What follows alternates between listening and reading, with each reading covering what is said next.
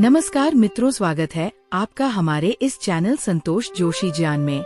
मित्रों, मांसाहार पुण्य है या पाप, इसके संदर्भ में आज इस वीडियो में हम आपको एक कथा सुनाने जा रहे हैं।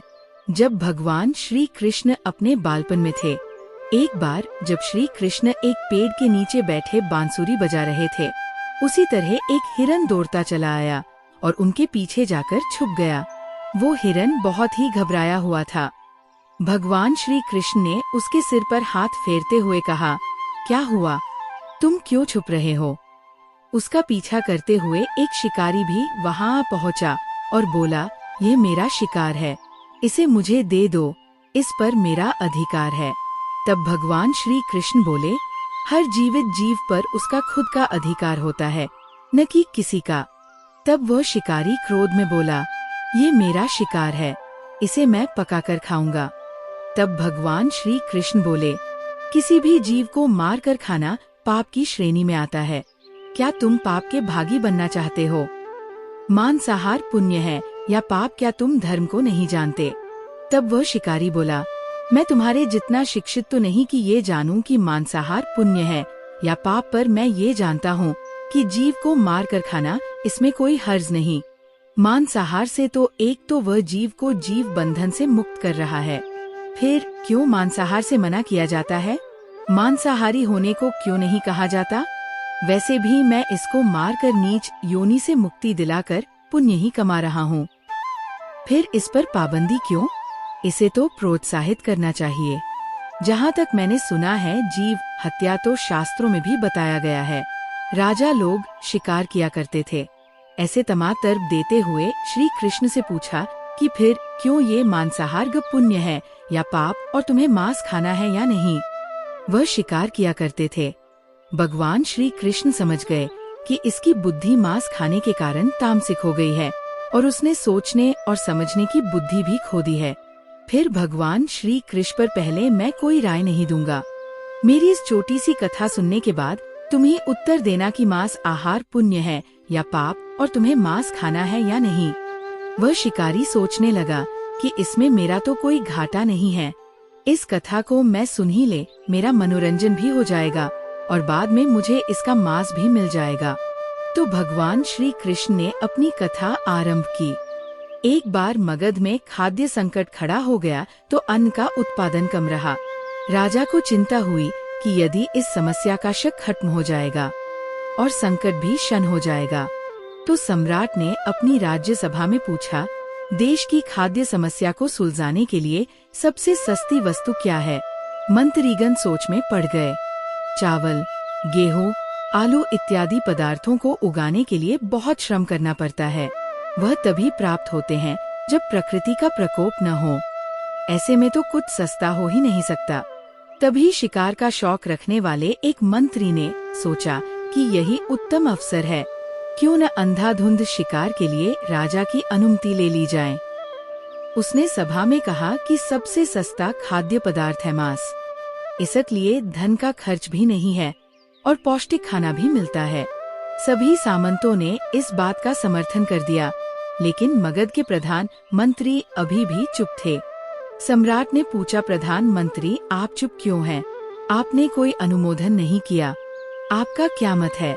प्रधानमंत्री ने कहा, मैं ये नहीं मानता कि ये कथन सही है कि मांस सबसे सस्ता पदार्थ है।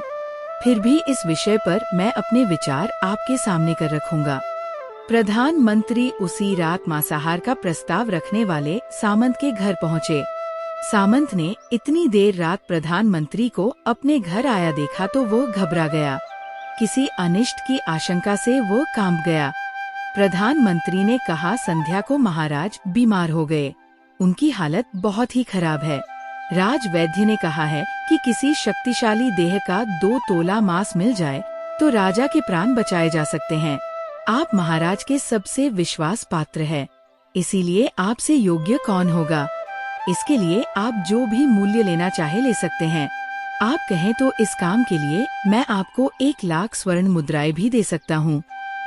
एक बड़ी जागीर भी आप मांग सकते हैं, बस आप अपनी इच्छा कहें। मैं कटार से आपके हृदय को चीरकर बस 2 तोला मांस निकाल लूंगा। ये सुनकर सामंत के चेहरे का रंग फीका पड़ गया। वो सोचने लगा, जब जीवन ही नहीं रहेगा तो लाख स्वर्ण मुद्राओं से मैं क्या करूँगा, और बड़ी जागीर भी किस काम आएगी। वो झटपट अंदर भागा और अपनी तिजोरी से 1,00,000 स्वर्ण मुद्राएं लेकर आया। मुद्राएं देकर उसने प्रधानमंत्री के पैर पकड़ लिए और गिड़गिड़ाते हुए बोला, श्रीमंत, मैं आपकी 1,00,000 मुद्राओं में अपनी 1,00,000 मुद्रा और मिलाता हूँ। इस पैसे से आप किसी और सामंत के हृदय का मांस खरीद ले, किंतु मुझे जाने दे। ये बात किसी और को पता न चले। मैं आपसे आग्रह करता हूँ। प्रधानमंत्री जी ये सब समझ चुके थे। वह उसे थोड़ी और मानसिक पीड़ा देना चाहते थे। प्रधानमंत्री ने आकर कहा, सामंत, आप शरीर से बलिष्ठ है, आपकी कद काठी महाराज से मिलती जुलती है, इसलिए राजवैद्य ने खास तौर पर आप ही का नाम लिया है। आपके दान से हमारे अच्छे राजा की जिंदगी बच सकती है। आप कहे तो मैं आपको प्रधानमंत्री का पद देने को तैयार हूँ और खुद आपका कर्मचारी बनकर रहूंगा, पर प्रजा से हमारे राजा न छीने। सामंत तो फंसता हुआ दिख रहा था। उसने शरीर पर अम्वस्त्र रखकर अपने जूते भी पहन लिए। जैसे ही वो वहाँ से भागने वाला था, वो तुरंत प्रधानमंत्री के पैरों में लेट गया। उसने याचना की कि प्रधानमंत्री, मैं इसके योग्य नहीं हूँ। जब प्राण ही नहीं रहेंगे तो प्रधानमंत्री पद का या राजा का सिंहासन भी मिल जाए, मैं उसका क्या करूँगा। आप चाहें तो मेरा सब कुछ ले ले, पर मेरे प्राण न ले। मैं अपना ये भवन और सारा धन आपको सौंपता हूँ। रातों रात राज्य से निकल जाऊंगा।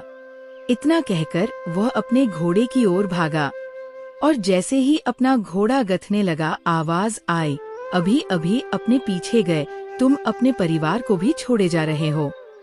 सामंत बोला, मेरे प्राण से प्रिय कुछ भी नहीं है। जब जीवन ही न रहेगा तो कुटुंब का क्या करूँगा। जीवन रहा तो ऐसे ही सुखी रह लूंगा। इतना कहकर घोड़े पर छलांग लगाकर बैठ भी गया। वो अभी चलने को ही था कि प्रधानमंत्री ने, घोल लगने की जरूरत नहीं है, आप आराम से घर पर ही रहो, मैं किसी और का प्रयास करता हूँ। ये कहकर प्रधानमंत्री वहाँ से चले गए। प्रधानमंत्री के वहाँ से जाने पर सामंत के अंदर कुछ जान तो आई, परंतु बेचैनी बनी रही। उसकी नींद खराब हो चुकी थी।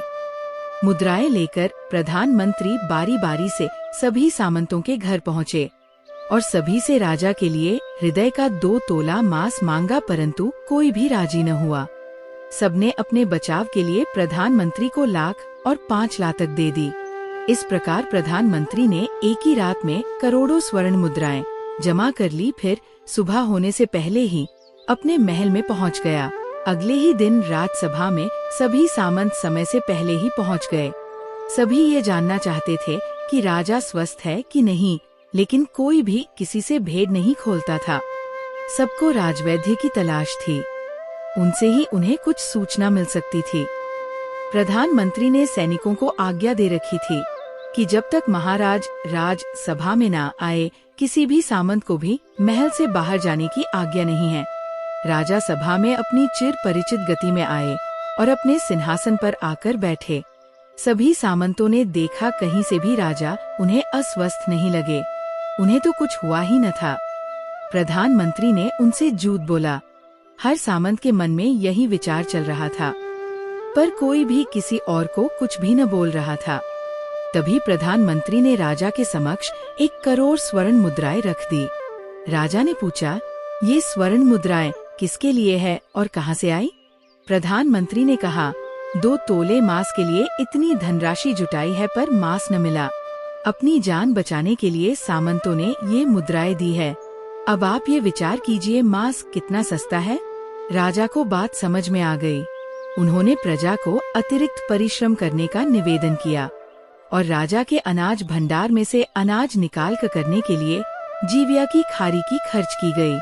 अर्ज होगी, उन्होंने पौष्टिक सब्जियों की खेती का तुरंत आदेश दिया। तो मित्रों, जीवन का ये मूल्य भगवान श्री कृष्ण हमें इस कथा के जरिए समझाना चाहते हैं कि हम ये न भूले कि जिस तरह हमें अपनी जान प्यारी है, उसी तरह सभी जीवों को अपनी जान प्रिय होती है। अपने दिल से जानिए